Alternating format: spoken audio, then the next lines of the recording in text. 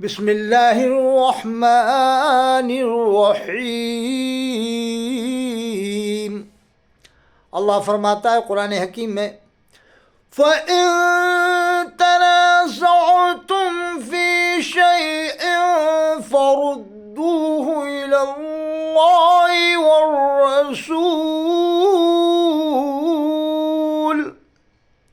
اللہ فرماتا ہے اگر تمہارے اندر کسی معاملے میں تنازع ہو جائے تو پلٹو اللہ اور اس کے رسول کی طرف، فردوہ الی اللہ والرسول، پلٹو اللہ اور اس کے رسول کی طرف۔ مطلب یہ ہے قرآن اور حدیث میں اس مسئلے کا حل تلاش کرو جب کسی معاملے میں تنازع ہو جائے۔ تو یہ ویڈیو بنانے کی ضرورت اس لیے پڑی کہ اس شخص نے بلا وجہ ایک ایسی عبارت کی تائید کر رہا ہے جس کا کوئی سر نہ پیر ہے، نہ اسے بیان کرنے کی ضرورت ہے، نہ علماء دیوبند نے ندوہ نے اس طرح کی کوئی ویڈیو ابھی تک ڈالی ہے۔ یہ بغیر اجازت ویڈیو ڈال کر علماء کو بدنام کر رہا ہے۔ یہ خبیث شخص ہے، مجھے اس پر بہت غصہ آ رہا ہے کیوں اس نے ایسی ویڈیو ڈالی جس سے مسلمانوں میں انتشار و افتراق پیدا ہو۔ یا تو یہی ثابت کرے کہ قرآن کی کس آیت سے تو یہ اس عبارت کی تائید کر رہا ہے، یہ حدیث بتا۔ اللہ نے فرمایا کہ جب تنازع ہو جائے تو پلٹو اللہ اس کے رسول کی طرف، یعنی قرآن حدیث میں مسئلے کا حل تلاش کرو۔ تو اب یہ ثابت کرے قرآن حدیث سے جو بات اس نے یہ تائید کر رہا ہے، تعویل کر رہا ہے۔ کیا تعویل کر رہا ہے؟ یہ دیکھو، یہ خیال والی بات کی عبارت کی تائید کر رہا ہے۔ اللہ تعالیٰ کے حضور سے نہ رکے نہ پیچھے ہٹے۔ مطلب یہ ہے کہ جہاں دو عظیم ہستیاں ایک جگہ جمع ہو جائے، گرچہ باریک فرق ہے دونوں کے اندر، خالق اور مخلوق کا فرق ہے اور بھی بہت سارے فرق ہے، لیکن جہاں دو عظیم ہستیاں جمع ہو جائے وہاں احتیاط کرنے کی ضرورت پیش آ جاتی ہے۔ ہو سکتا ہے ان کے بجائے اس کے ساتھ ہمارا معاملہ ہو جائے، تو وہاں احتیاط برتنے کی ضرورت ہوتی ہے۔ لیکن جہاں گدھا اور اس کے ساتھ کو اللہ کا کوئی مقابلہ ہی نہیں ہے، کوئی تصور ہی نہیں بیٹھتا دل میں، تو احتیاط اس وجہ سے علماء دیوبند نے بیان کیا ہے۔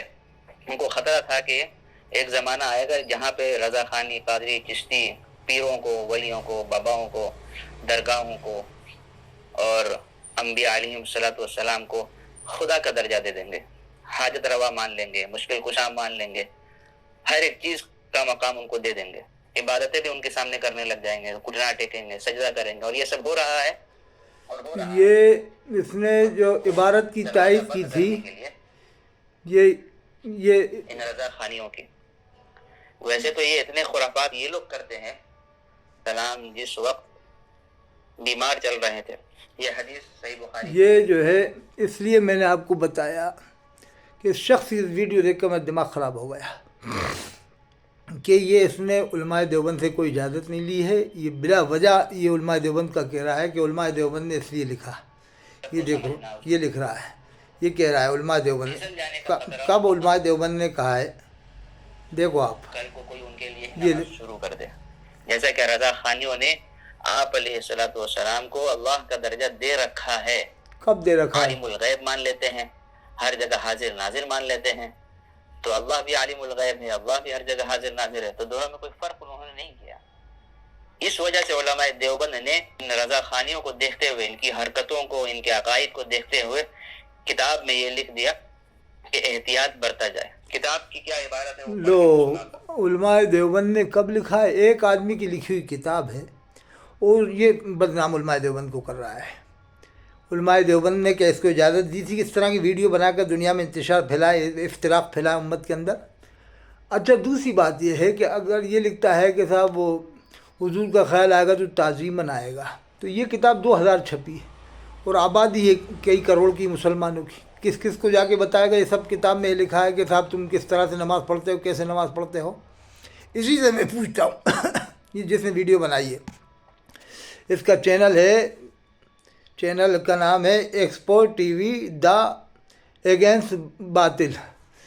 تو اس سے ہی میں پوچھتا ہوں کہ اب یہ صحابہ کرام کی نماز کے بارے میں بتایا کہ صحابہ کرام سے زیادہ کون محبت اللہ کے رسول سے کرتا تھا؟ صحابہ کرام نے تو اللہ کے رسول کو دیکھ کر نماز پڑھی صلی اللہ علیہ وسلم، اللہ کے رسول کے پیچھے نماز پڑھی، قرات سنی۔ اب یہ تو خیال کی بات کر رہا ہے، ہم نے تو اللہ کے رسول کو دیکھا نہیں، ہم نے تھوڑی دیکھا اللہ کے رسول کو، لیکن صحابہ نے تو دیکھا ہے، صحابہ نے تو اللہ کے رسول کے پیچھے نماز بھی پڑھی ہے، قرات بھی سنی ہے، تو پھر ان کی نمازوں کا کیا ہوا یہ بتائے، صحابہ سے زیادہ کون محبت کرنے والا ہوگا؟ اب ایک یہ اس کی دلیل میں یہ ہے کہ صاحب بعد میں لوگ ایسے ہوں گے، ارے کون سے بعد میں لوگ ایسے ہوں گے؟ کیا تجھے کیا علم غیب ہے کہ تو اپنے من سے جو چاہے کسی کے بارے میں کچھ فیصلہ کر دے؟ اللہ کے رسول نے فرمایا کہ مومنوں کے نزدیک اچھا گمان رکھو، تو ہم تو اس سے ہی پوچھتے ہیں کہ صحابہ کرام کی نماز کے بارے میں بتائے، اور یہ کتاب ابھی لکھی گئی ہے جو صراط مستقیم ہے، وہ 150 سال پہلے لکھی گئی ہے، تو 12.5 سال پہلے والے بھی تو اللہ کے رسول کو بہت دل و جان سے مانتے تھے، چاہتے تھے، ہر مسلمان چاہتا ہے، دل و جان سے مانتا ہے، تو ان کی نمازوں کا کیا ہوا جو اس کتاب سے لکھنے سے پہلے نمازیں پڑھیں؟ اور یہ کتاب ابھی ہر گھر میں نہیں پہنچی گئی۔ آپ بھوپال میں جائیں، وہاں پر سب دیوبند والے ہیں، اور لکھنؤ میں جائیں، یہ 50 کتابیں بھی نہیں ملیں گی ان کے پاس میں، اور بھی جگہ 2000 کتابیں چھپتی ہیں، تو 2000 کتابیں چھپتی ہیں جس میں مسئلہ لکھا ہے، تو یہ لکھ رہا ہے نا، یہ بول رہا ہے نا کہ اس لیے ایسا لکھا ہے کہ حضور کا خیال آئے گا تو تعظیم منائے گا، تو پھر یہ سب کو بتایا، پھر اس کی بھی تبلیغ کرے، جا کے گھر گھر میں بتایا کہ آپ کیسے نماز پڑھتے ہو، کس طرح سے پڑھتے ہو، کیسی بلا وجہ کی باتیں اس نے کر ڈالی، اس سے انتشار پیدا ہوتا ہے۔ یہ علماء دیوبند کو بلا وجہ بدنام کر رہا ہے، علماء دیوبند نے اس کو اجازت نہیں دی کہ اس طرح کی ویڈیو ڈال۔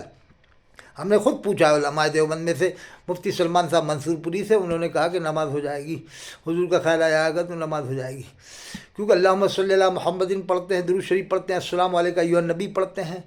دوسری بات یہ کہ اللہ کے رسول نے خود فرمایا صلو کما رأیتمونی اصلی، نماز ایسے پڑھو جیسے مجھے پڑھتے دیکھا ہے، جیسے مجھے، سب لوگ اللہ ہی کے لیے نماز پڑھتے ہیں، جس طرح سے پڑھتے ہیں اسی طرح سے نماز پڑھتے ہیں۔ ہم یوں کانوں تو ہاتھ کیوں اٹھاتے ہیں کہ سنت کی وجہ سے؟ حضور کا فرمان ہے نماز ایسے پڑھو جیسے مجھے پڑھتے دیکھا ہے۔ نماز تو سب اللہ ہی کے لیے پڑھتے ہیں، لیکن طریقہ رسول اللہ صلی اللہ علیہ وسلم کا ہے۔